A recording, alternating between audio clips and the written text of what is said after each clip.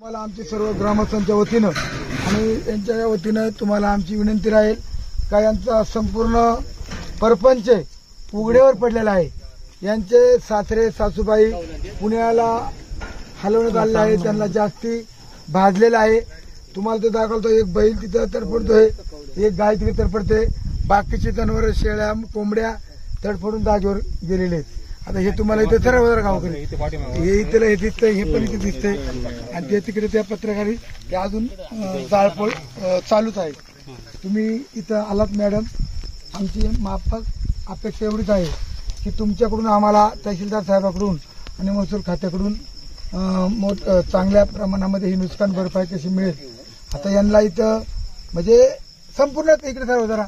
हे इकडे हे जे भात आहे हे आता भात बाजरी हे बघा इकडे इकडे ना मॅडम जरा इथं याचं ह्याचे पंचनामे आमचं काय म्हणणे, याचे पंचनामे असे सगळे व्हावेत। ते भात आहेत ना, सगळे भात ढिगाऱ्यात आहेत आणि ही जनावर हे बघा इकडे सर बघा हे बघा हे ना याची जनावर एवढी म्हणजे इकडे आता हे आम्ही जावले तिकडे तर ना शेळ्यांची जी धावण होती काहीतरी 25 शेळ्यामधून 2 शेळ्या वाचल्या, म्हणजे 23 शेळ्या बारीक मोठ्या सरांसरा हा शेळी 23 शेळ्या जर गेल्यात, आता काय म्हशी गेल्यात काय गाय गेल्यात, तर याच्यामध्ये तुम्ही आता स्वतः एक कार्यक्षम अधिकारी म्हणून एक महिला म्हणून तहसीलदार सकाळी इथे येतीलच किंवा तुमच्या रिपोर्टानुसार काय नियमाने जे असेल ते आम्ही आता बीडूंना फोन केलाय, आम्ही MSCBच्या अधिकाऱ्यांना फोन केला। खरं तर आम्ही MSCBच्या अधिकाऱ्यांचा निषेध करतो, त्यांनी 3-4 वेळा फोन केला तर ते येत नाही। खरं त्यांचा दोष आहे, ज्या टायमाला तुम्ही लाईट बिल घेता, लोकांना मीटर देता, लाईट बिल जर थकलं तर लाईट कट करता, मग तुमच्या लाईटीमुळे जर शॉर्ट सर्किट झाला असेल आणि एवढी मोठी हानी झाली असेल, त्यांना आता फोन केला कोण शिंगाडे तो तुम्ही अर्ज घ्या दोन काय झालं माहित नाही, मला वाटलं सर आणि ही बोलण्याची पद्धत ठीक आहे। तुम्ही आलात, तुम्ही नायक तहसीलदार म्हणून तुमची जबाबदारी आहेच, परंतु इथं तुम्ही प्रत्यक्ष आता रात्रीचे किती वाजले 12 वाजलेत, म्हणजे 12 वाजता एक महिला अधिकारी तहसीलदार साहेब जरी निवडणुकीच्या निमित्ताने पुण्याला आहेत तरी त्यांनी तुम्हाला फोन केला आणि रात्री 12 वाजता तुम्ही या ठिकाणी आलात, ही पाहणी केली। याचं त्यांच्या म्हणण्याप्रमाणे पंचनामा करावा, रितसर त्यांना नुकसान सरकार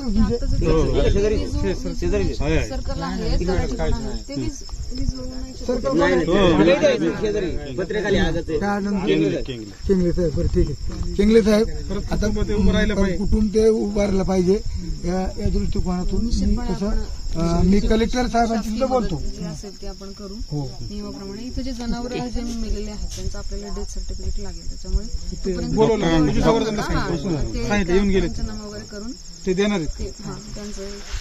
लागेल। आपण तलाठी आपले मंडळाधिकारी आहेत, डिटेल पंचनामा याचा करूयात, जेवढं नुकसान झालंय त्याच्याप्रमाणे कुटुंब संपूर्ण उद्ध्वस्त झालेला आहे। हे बघा ही पोरगी गावांवर बाहेर निघाले, म्हणजे अंगावर जे कपडे आहेत त्याच्यावरच बाहेर निघालेले आहे आणि अत्यंत म्हणजे घटना ही वाईटच घटना आहे, दिसतच आहे पूर्णच उद्ध्वस्त झाले, पूर्णच झालेलं इथे ठीक आहे। तुम्हाला डॉक्टरांचे उभं राहत येत नव्हते एवढे सगळे गावकरी जमा झाले तेव्हा ती मदत करायला 12 वाजले, म्हणजे किती 7ला घडले ना, 7-8 4 तास झालं अजून झालं नाही। नको सरपंच चला आपले आता शक्य तेवढा फोटो वगैरे घ्या तलाठी मंडळाधिकारी आणि सकाळी डिटेल सर पण बोलतील यांचे पूर्ण डिटेल रिपोर्ट, त्यांचा डेथ रिपोर्ट वगैरे आणि तहसीलदार साहेब म्हणले आपत्कालीन आणि मी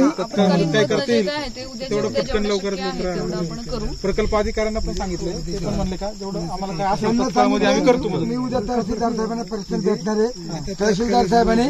MSCBच्या साहेबांना नोटीस दिली पाहिजे का आमच्याकडे रेकॉर्डिंग आहे, फोन करून सुद्धा ते इथे उपलब्ध झालेलं आहे, उंट्यावर शेळ्या आखून घरच्या घरामध्ये। आज तुम्ही महिला अधिकारी असून आलेत, ते कोण विस्तार अधिकारी शिंगाडे साहेब त्यांची जी भाषा होती ती आम्हाला आवडली नाही, मी त्यांची तक्रार कलेक्टर साहेबांना करणार आहे, म्हणजे कलेक्टर म्हणजे या जिल्ह्याचा पालक आहेत, तहसीलदार म्हणजे तालुक्याचे पालक आहेत, तर आमची तुमच्याकडे अशी मागणी राहील का बा? इकडे गोठा आणि इथे घर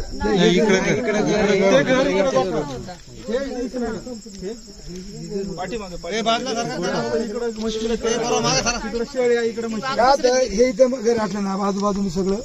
शेळ्या होत्या, सगळ्या जनावर